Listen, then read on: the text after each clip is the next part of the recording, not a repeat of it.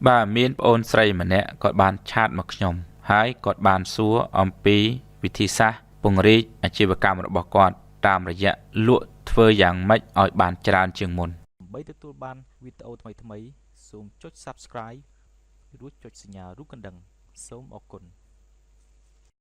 ឥឡូវនេះចំណូលរបស់គាត់ក៏លក់បានយ៉ាងតិច$1000ក្នុងមួយខែគិតជាប្រាក់ចំណេញសុទ្ធគាត់ចង់បានច្រើនជាងនឹងហើយខ្ញុំក៏សួរថាហេតុអ្វីបានជាចង់បានប្រាក់ចំណេញច្រើនជាងនឹងគាត់ថាចង់បានប្រាក់ចំណេញច្រើនជាងនឹងដើម្បី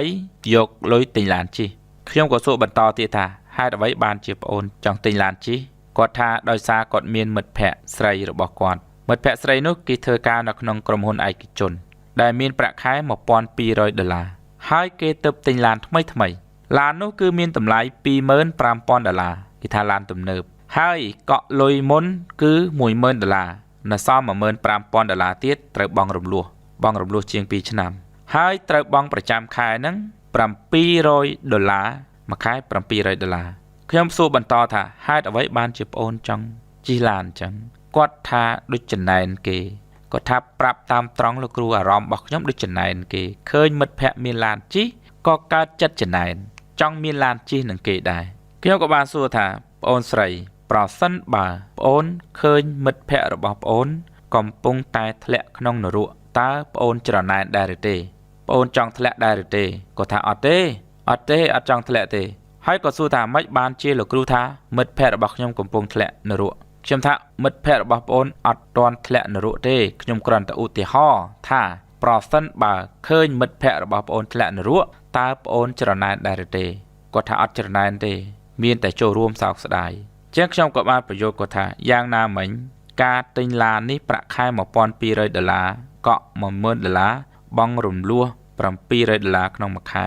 អ្វីត្បិតថាមិនមែនធ្លាក់នរកទេប៉ុន្តែគឺធ្លាក់ខ្លួនដែរធ្វើឲ្យធ្លាក់ខ្លួនសួរថាធ្លាក់ខ្លួនមិនទៅធ្លាក់ខ្លួនថមថយនៅប្រាក់ចំណូលហើយធ្ងន់កជាងមុនធ្ងន់ក្បាលជាងមុនប្រាក់ចំណូលដែលរកបានមួយខែ$1200ឥឡូវនេះធ្លាក់មកនៅត្រឹមតែ500ទេព្រោះបានបង់រំលោះមានកាតព្វកិច្ចបង់រំលោះឡានអស់700អញ្ចឹងនៅសល់500ហ្នឹងនៅសល់500ពីមុនប្រាក់ខែ$1200ឥឡូវប្រាក់ខែនៅសល់តែ500បងអូនចំណែនគេដែរបើថាគេកំពុងតែប្រាក់ចំណូលកើនឡើងឧទាហរណ៍ថាពីមុនរកបាន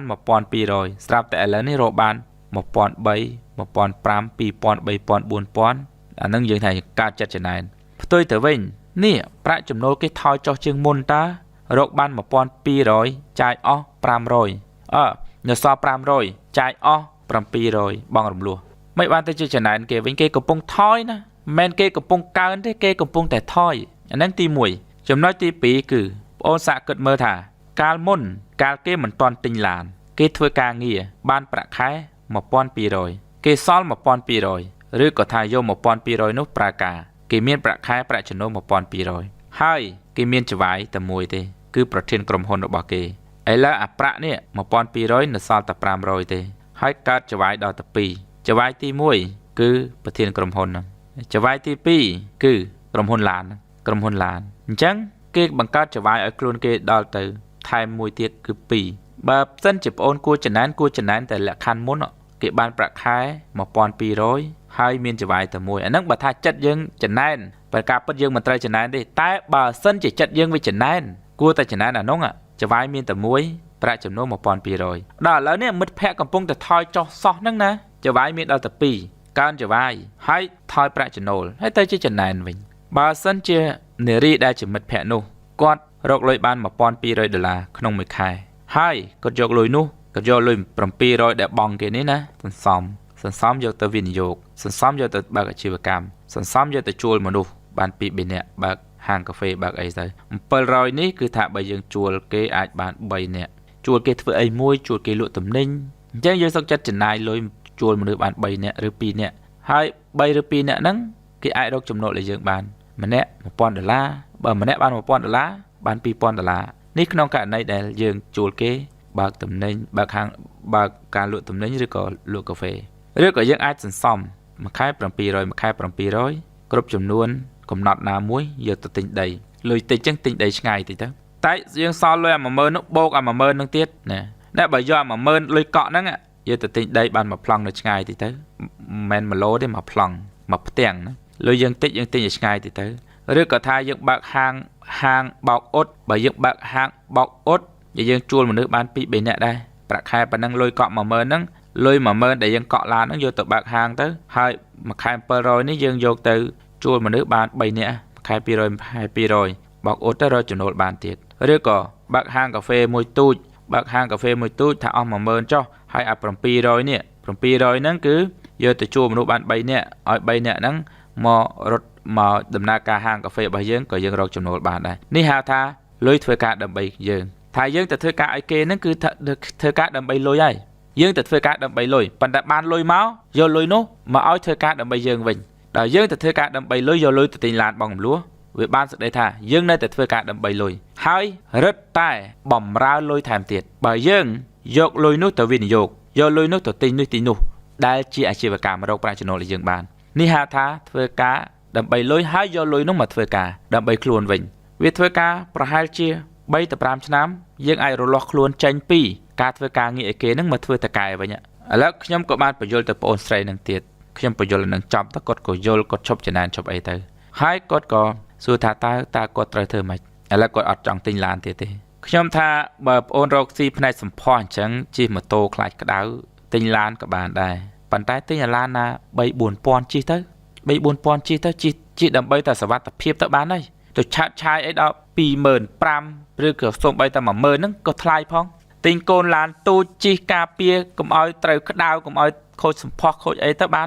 ហើយនៅសល់លុយនេះយកលុយតាណាយើងមកអាជីវកម្មរបស់យើងនេះយើងនៅខ្វះមនុស្សប្រើនៅឡើយយើងទៅជួលស្រីស្អាតមួយមកបើថាយើងត្រូវចំណាយមួយខែ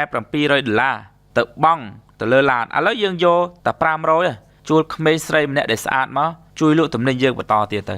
ឬក៏ជួលបានច្រើនជាងនឹងហើយបានលុយមកកុំតាន់អាលទិញបំណុលអញ្ចឹងបានលុយមកទិញទ្រព្យបានលុយមកទិញទ្រព្យបានលុយមកទិញទ្រព្យយើងហូបអត់ហូបឃ្លានសិនណាក្នុងដំណាក់កាលនេះគឺហូបអត់ហូបឃ្លានសិនទៅស៊ីអត់ស៊ីឃ្លានគេហៅថាស៊ីអត់ស៊ីឃ្លានស៊ីអត់ស៊ីឃ្លានសិនទៅកុំតាន់រស់នៅក្នុងស្ថានភាពមួយដែលទំនើបតាមទំនើងកុំតាន់អាចចើកតាមចិត្តយើងត្រូវប្រផិតប្រផើយសិនទៅឲ្យវាស្ដួចតែកុំឲ្យវាដាច់តស៊ូអត់ធ្មត់កាត់បន្ថយការប្រើប្រាស់របស់ brand កាត់បន្ថយចិត្តរបស់យើងដែលចើកហ្នឹងយើងកាត់បន្ថយចំណូលដែលបានទាំងឡាយយកមកពង្រីកអាជីវកម្មប្រសិនបើយើងមានអាជីវកម្មហើយបើថាយើងមិនទាន់មានអាជីវកម្មយើងសិក្សារៀនសូត្រលុយហ្នឹងយកមកវិនិយោគលើខ្លួនយកមកសិក្សារៀនសូត្រហើយបើកអាជីវកម្មឬក៏ថាយើងសន្សំបានគ្រប់ចំនួនយកទៅទិញទ្រព្យទិញដីពួកដីវាកើនឡើងថ្លៃប៉ុន្តែទិញដីហ្នឹងឲ្យ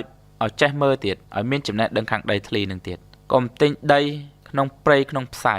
ដែលមិនដឹងឆ្នាំណាបានទៅដល់ការអភិវឌ្ឍទៅដល់ទិញដីជាយបន្តិចតម្រាំថាបើដីហ្នឹងយើងទិញ$20000អញ្ចឹងទៅដល់5ឆ្នាំក្រោយវាអាចឡើងដល់$20000 $30000ទិញក្នុងចក្ខុវិស័យរបៀបចាយលុយរបស់អ្នកមានគឺអ្នកមានហ្នឹងអ្នកដែលមានគំនិតមានហ្នឹងណាគេបានលុយមកគេយកលុយហ្នឹងទៅទិញទ្រព្យគេបានលុយមកគេយកលុយហ្នឹងទៅបង្កើតលុយគេបានលុយមកគេយកលុយទៅបង្កើតលុយគេបានលុយមកគេយកលុយទៅបង្កើតលុយ